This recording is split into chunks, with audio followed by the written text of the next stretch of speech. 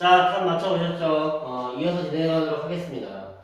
자, 우리가 아까 전에 태양이랑 가까운 수소대로 행성들이 수, 금, 지, 화, 목, 토, 천, 해 이런 식으로 있다고 했는데 아까 설명했습니다. 수, 금, 지, 화를 지구형 행성이라 부르고요. 목, 토, 천, 해를 목성형 행성이라 부른다고. 오케이? 근데 자, 뭐 이런 식으로 나눌 수도 있지만 어떻게 나눌 수도 있냐? 이렇게 나눌 수도 있습니다. 행성의 공전 궤도에 따라서 내 행성과 외 행성으로 이제 구분할 수 있어요. 당연히 한자어만 알고 있으면 무슨 의미인지 알고 있어요. 이 내라고 하는 것은 안 내죠, 그렇죠? 이 외라고 하는 것은 바깥 외죠. 무슨 말이야? 지구 안쪽에서 돌고 있냐, 지구 바깥에서 돌고 있냐에 따라서 이렇게 두 그룹으로 나눌 수가 있다라는 거예요. 이렇게? 그래서 이제 내 행성에 누가 있냐? 지구 안쪽에서 돌고 있는 애들 누구 있어? 수성금성 있잖아, 그렇죠? 그리고 지구 바깥에서 돌고 있는 게 뭐 있어? 화성, 목성, 토성, 토화성, 해왕성 있잖아, 그렇지? 그래서 지구 안쪽에서 돌면은 내 행성이다. 지구 바깥에서 돌면 외 행성이다. 라고 하는 거 잘 알아두시면 되고요. 꼭 이딴 질문하는 놈이 있어. 그럼 지구는 뭔가요? 지구는 내 행성이에요? 외 행성이에요? 지구가 내 행성이야? 외 행성이야? 아니라고. 기준이라고. 오케이? 지구는 기준이라고. 내 행성과 외 행성이 아니야. 지구는 기준이라고. 열받게 하지 마. 지구가 내 행성이에요? 외 행성이에요? 지구는 내 행성도 아니고 외 행성도 아니라고. 그죠? 그죠? 열받게 하지 마. 김지훈 같은 애들이 이런 거 질문하죠.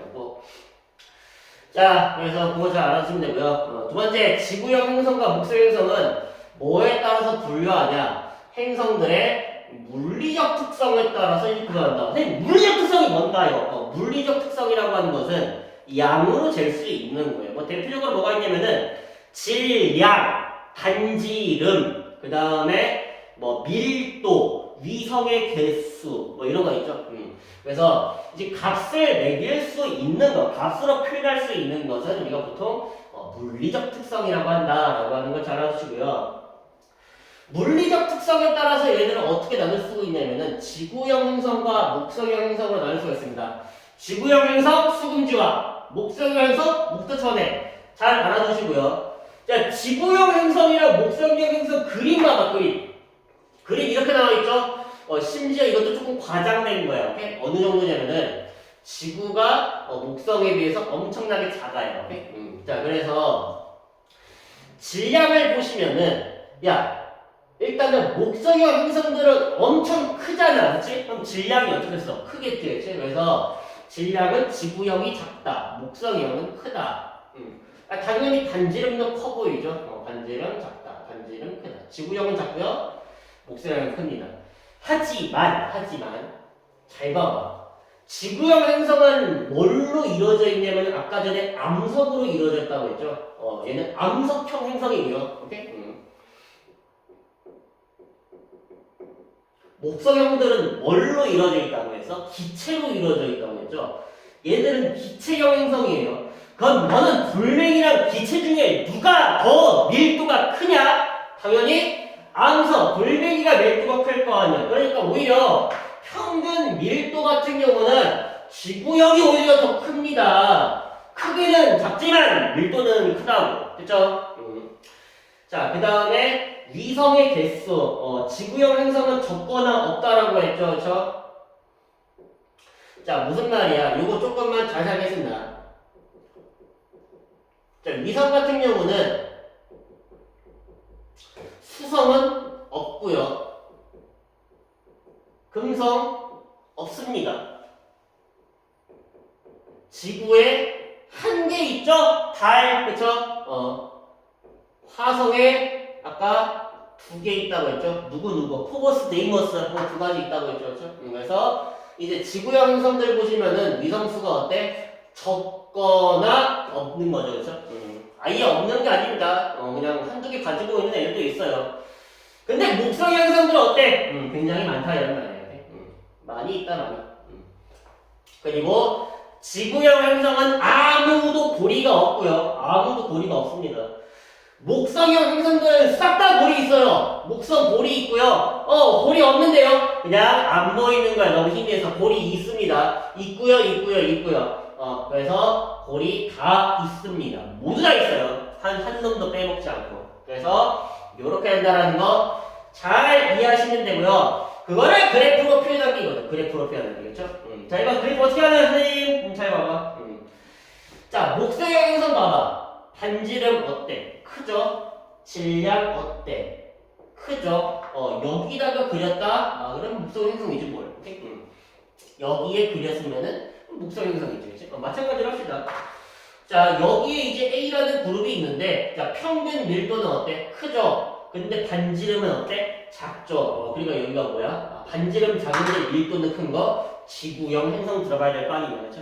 그래서 우리가 이렇게 나눌 수 있다라는 거 잘 알아두시면 되겠습니다, 됐죠? 그래서 행성 분류 굉장히 중요하니까 꼼꼼하게 정리 잘 하시고요. 자, 넘어가서 밑에 태양 보겠습니다, 태양. 자, 태양계에서 유일하게 스스로 빛을 내는 천체. 오케이?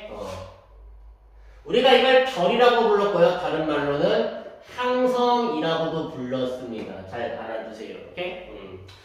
자, 그리고 태양의 표면을 보시면은 밝고 둥글게 보이는 태양의 표면 뭘 말하는 거야? 여기를 말하는 거예요. 오케이?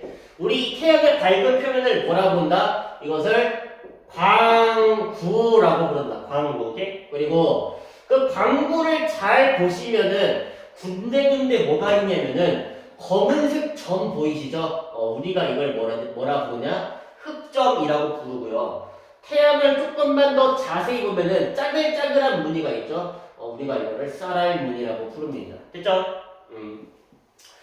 자, 근데 이 쌀알 무늬라고 하는 것은 도대체 왜 생기냐 이건데, 우리가 태양의 구조를 조금 더 자세히 보면은 어떻게 되어 있냐면은 여기에 이제 핵이 있고요. 여기에 핵에서 열이 만들어져가지고 이렇게 전달이 되다가 그러다가 맨 위로 올라가잖아. 그러면은 뜨겁게 달궈진 공기는 위로 올라가는데 차갑게 식은 공기는 다시 내려오게 되죠. 이런 식으로 뭐가 생겨? 대류가 생긴다고요. 오케이? 뜨거워진 공기는 올라간다. 차가워진 공기는 내려간다. 그러면서 이렇게 뭐가 나타나면 대류가 일어나는 층이 나타나요. 오케이? 우리가 대류층이라고 부르는데 여기서 일어나는 대류 현상 때문에 뭐가 생긴다? 쌀알 무늬가 생긴다라고 하는 것을 잘 알아두시면 되겠습니다. 됐죠? 그쵸? 자, 그리고 두 번째로 넘어가서 이제 흑점 보시면은 이 흑점이라고 하는 것은 어떻다? 주변보다 온도가 어떻다? 낮다라는 거죠. 주변보다 온도가 낮아가지고 어떻게 보인다? 어둡게 보인다라는 거예요. 얼마나 낮나요? 한 주변보다 한 2000도에서 3000도 정도 낮습니다. 잘 알아주시면 되고요. 우리가 태양의 이제 흑점을 관찰하잖아. 태양의 흑점을 관찰하면 이제 어떻게 되냐면은 여기에 있던 흑점이 점점점 이쪽으로 이동한다라는 게 이제 보이는데, 봐봐. 여기에 있는 흑점 같은 경우는 6일 후에 꼴랑 여기까지밖에 안 왔어. 오케이? 여기 거리를 따지면 여기서 여기쯤? 이쯤 왔어. 근데 여기 있는 흑점은 6일쯤 되잖아? 그러면은 여기에서 여기까지 오는 거야. 오케이? 자, 흑점마다 이동 속도가 어때? 다르죠? 그쵸? 그래서 이걸로 알 수 있는 사실이 뭐가 있냐면은 태양의 표면은 일단은 태양은 기체로 이루어져 있구나 라는 걸 알 수가 있고요. 흑점의 이동 방향은 지구에서 볼 때 동에서 서고요. 흑점이 진짜로 이동하는 게 아니지 뭐에서 태양이 자전하고 있으니까 이동하고 있는 것처럼 보이는 거죠. 그렇죠? 그래서 알 수 있는 사실은 첫 번째는 태양이 자전하고 있다. 흑점의 이동 방향은 동에서 서다. 그리고 태양은 기체로 이루어져 있다. 왜? 흑점이 이동하는 속도가 다르니까 이동하는 거죠. 그래서 우리가 이렇게 정리하시면 되겠네요. 자, 그래서 이제 그렇게 잘 정리하시면 되고요. 맨 밑에 있는 이제 태양의 대기에서 일어나는 현상들을 봅시다. 지금 쌀알무늬랑 흑점 같은 경우는 어디서 나타나는 거라고? 쌀알무늬의 흑점은 태양의 표면에서 일어나는 현상이에요. 태양의 표면에서 일어나는 현상이 이제 쌀알무늬와 이제 흑점이고요. 이제 태양의 대기 같은 경우는 이제 평소에는 관측이 가능하다, 불가능하다? 평소에 관측이 불가능하다라는 거예요. 그래서 여기서 이제 어떻게 되냐? 광구가 매우 밝기 때문에 평소에는 관측이 어렵지만 언제는 대기 일식이 나타날 때는 이제 우리가 관측을 할 수가 있다는 거죠. 그렇죠? 달이 광구를 가려주면은 그때부터는 대기가 보일 거 아니에요. 그렇죠? 알아두세요. 대기 일식 때는 태양의 대기를 관찰할 수가 있고요. 대기 일식이 일어나지 않았다면 태양의 대기는 평소에 못 봅니다. 오케이?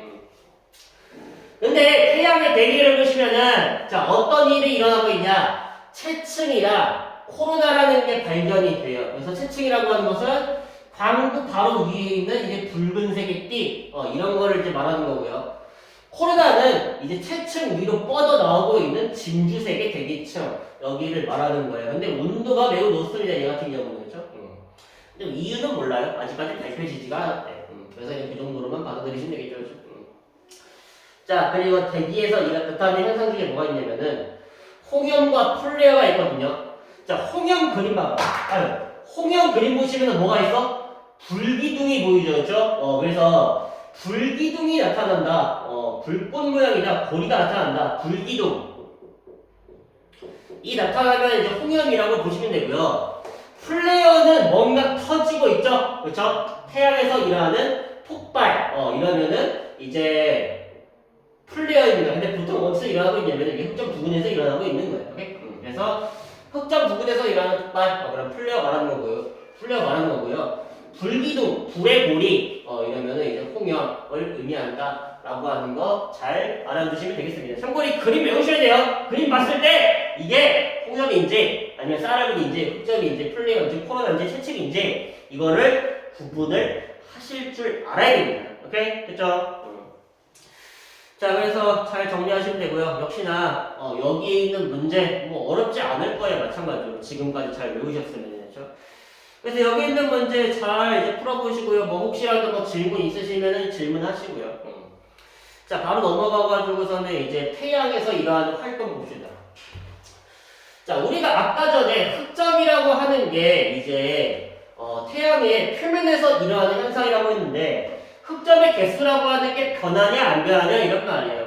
당연히 변한다 이런 말이죠. 그래서 흑점의 개수는 약 몇 년을 주기로 변하냐면은 11년을 기준으로 변합니다. 그래서 가장 많아졌을 때를 극대기, 가장 적어질 때를 이제 극속이라고 하는데 극대기부터 시작해서 다음 극대기까지 몇 년 걸린다? 이게 한 대충 11년 정도 걸린다 이런 말이에요. 아셨죠? 그렇죠? 근데 이제 흑점이 많아진다라고 하면은 태양 활동이 활발해진다라고 하는 거예요. 자, 그래서 알아두세요. 태양 활동이 활발하다라는 말은 흑점의 개수가 많아진다라는 의미인데, 자, 왜 그런지 한번 봅시다. 자, 태양의 자기장이 강해지게 되면은 이제 온도 차이가 발생하는데, 그것 때문에 이제 흑점 수가 이제 많아진다라는 거고요. 자, 태양 활동이 활발해지면 당연히 코로나 크기 커지고요. 그 다음 밝기도 밝아지고요. 홍염과 플레어는 당연히 자주 발생하고요. 태양에서 날라오는 바람, 태양풍. 근데 실제로 바람은 아니고요.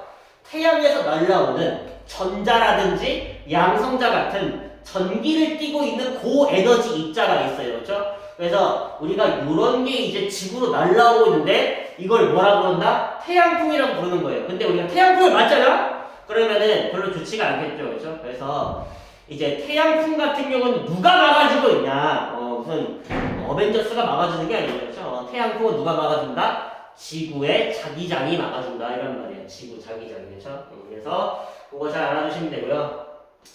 태양풍이 강해지면서 지구 자기장이랑 충돌을 하기 때문에 뭐가 발생하냐면은 오로라가 발생합니다. 그러니까 당연히 오로라가 더 자주 넓은 지역에서 발생을 하겠죠. 그렇죠?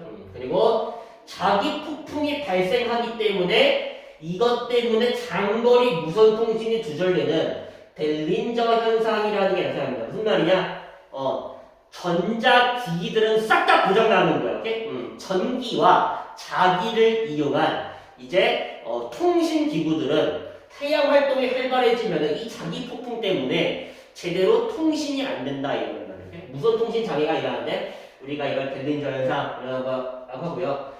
송전 시설이 고장으로 대규모 정전이 발생할 수도 있고 인공위성 같은 경우는 오작동이 일어날 수 있고 GPS 제대로 안 먹히고 그 다음에 뭐 항로 운항 불가능해지고요. 뭐 어쩌고저쩌고 방사능 누출될 수 있다. 그래서 이렇게 태양 활동이 활발할 때 이제 어떤 현상들이 발생하냐 이거 잘 외우셔야겠죠? 정리하시면 되겠습니다. 자, 그리고 마지막으로 이 천체 망원경. 아, 이거를 해야 되나 모르겠는데, 그죠? 일단 합시다. 자, 천체 망원경이라고 하는 것은 이제 우리가 당연히 천체를 관측하기 위해서 이제 사용하는 망원경인데 일단 구조를 보시고 얘가 어떤 역할을 하는지 알아둬야겠어요. 오케이?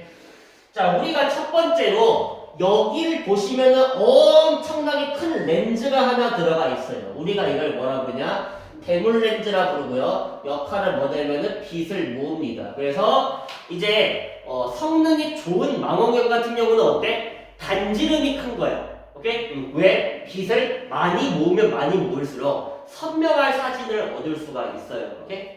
그래서 핸드폰 카메라는 한계가 있는 거죠. 그렇죠? 우리가 좋은 카메라라고 하는 것은 큰 카메라를 말하는 거다. 정도를 알아주시면 되겠죠. 자, 그 다음에 이제 경통이라고 하는 것은 이 빛이 왔을 때 이 빛을 통과시키는 통을 말하는 거죠. 그렇죠? 그래서 여기 대물 렌즈가 있고요. 이쪽에 이제 저반 렌즈가 있는데 대물 렌즈와 저반 렌즈를 연결해준 통을 이제 경통이라고 한다라는 거 알아두시고요. 그 다음에 이제 여기에 저반 렌즈라는 게 있죠. 상을 확대하는 역할을 합니다. 오케이? 그래서 대물 렌즈는 이제 빛을 보고요. 저반 렌즈는 상을 확대해가지고서는 이제 저반 렌즈의 배율을 조절해가지고서는 우리가 멀리 있는 천체를 가까이서 볼 수도 있다. 뭐 정도로 알아두시면 되겠죠. 그렇죠? 자, 그리고 이제 나머지는 뭐 짜잘짜잘한 거, 중요한 건 이 정도고요. 나머지는 짜잘짜잘한 거. 보조 망원경이 달려 있어요. 왜요? 그냥 어느 정도 대충은 그냥 위치를 감을 잡으라고. 내가 예를 들어서 목성을 관찰하고 싶어. 근데 내가 이걸로 하루 종일 찾을 거야? 아니잖아, 그렇지? 그래서 보조 망원경으로 대충 찾은 다음에 저기쯤에 있네. 그러면 거기 안에서 세부적으로 조절을 해가지고 찾는 거죠, 그렇죠? 그래서 보조 망원경의 역할 잘 이해하시면 되겠습니다. 배율이 낮아요. 대신 시야는 넓습니다. 그냥 대충 찾으라고. 그래서 우리가 찾다 영어로 뭐라 불러? find라고 하잖아요, 그렇지? 그래서 finder 찾는 용도라는 소리죠. 균형추 한 이쯤에 달려 있어요. 무게추 말하는 거죠. 경통이 안정적으로 이제 움직이게끔 도와주는 겁니다. 쓰러지지도 말고. 쓰러지면 큰일 나죠. 얼마짜리인데요. 그 다음에 이제 가대. 이제 여기 있는 경통과 삼각대를 연결해 주는 부분을 가대라고 하죠. 그렇죠? 그래서 알아두시면 되겠고요. 삼각대 마찬가지로 이제 흔들리지 않으려면은 이제 받쳐줘야겠죠. 그렇죠? 알아두시면 되고요. 초점 조절해서 뭐 이런 게 있다 라고 하고서 그냥 망원경 조립 순서 뭐 그냥 이렇게 합니다 라고 하는 정도로 그냥 이해하시면 되겠어요. 문제냐 이게? 이런 건 잘 나오지도 않아. 그래서 그냥 보시면 되겠습니다. 자, 그래서 뭐 천체 망원경을 이용해서 관측을 할 때 이제 어떤 짓을 하냐. 자, 이런 곳으로 이제 합니다. 그냥 읽어보시면 되겠어요. 내가 이걸 뭐 설명하고 자시고가 없죠. 그렇죠? 그래서 뭐 주변에 불빛 없는 곳 찾아가지고 평평한 곳에 망원경 설치해주고요. 보조 망원경으로 대충 찾은 다음에 시야의 중앙의 온도 조정하고 보조 망원경으로 이제 찾은 것을 저반 렌즈로 이제 확대를 하시고요. 그 다음에 저배율에서 고배율 순서대로 관측을 하시면은 뭐 잘 보이겠죠. 그렇죠? 그래서 뭐 저배율일 때는 이렇게 작게 보이다. 고배율로 가면은 크게 보이는 거죠. 자세하게 보는 거죠. 알아주시면 되겠습니다. 그래서 나머지는 그냥 한번 읽어보시면 되겠어요. 플러스 강의에 있는 것도 대략적으로. 그래서 이렇게 해가지고서는 이제 문제는 다 끝났고요. 이제 뒤에 있는 문제 풀어보시고요. 역시나 지금까지 배웠던 거 개념 속속 그리고 이제 내신 숙속 다 풀어보시고요. 이제 서술형 문제까지 풀고요. 저한테 이제 모르는 거 있으시면 질문하시고요. 채점이랑 수정까지 해가지고 검사 맡으시면 되겠습니다. 그래서 여기까지 이제 듣느라고 고생 많으셨고요. 코로나 때문에 이제 학원도 못 나오고 좀 불안한 거는 이제 이해를 하지만 이럴 때일수록 당신들이 정신을 차리고 남들보다 더 해야 된다라는 거 잊지 마세요. 남들보다 더 해야지 토끼와 거북입니다. 토끼 잠자고 있을 때 우리는 거북이죠. 등딱지 떼고 직립보행하고서 뛰어야 됩니다. 그렇죠? 그래서 다음 시간에 제발 학원에서 볼 수 있도록 하시면 좋겠습니다. 자, 그러면은 수고하셨습니다. 안녕.